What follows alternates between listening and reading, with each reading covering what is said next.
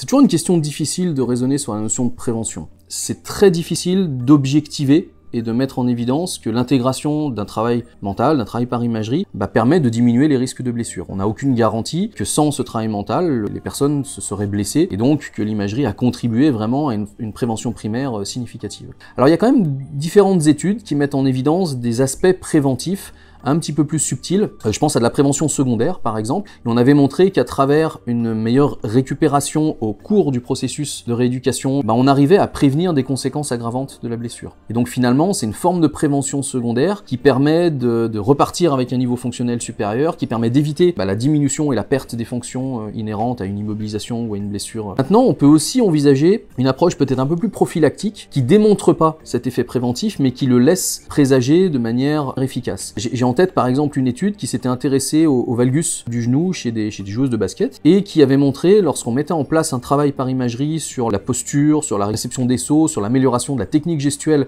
on diminuait les contraintes qui étaient exercées sur l'articulation et donc les risques de blessures consécutives au cumul de ces sauts, au cumul de ces réceptions et au cumul de ces contraintes. Donc cette entrée prophylactique là, elle ne démontre pas un effet préventif, mais elle laisse entrevoir qu'il puisse y avoir effectivement une application intéressante et donc du coup mettre l'imagerie au service de l'amélioration des performances et en même temps d'une stratégie d'évitement assez globale de blessures.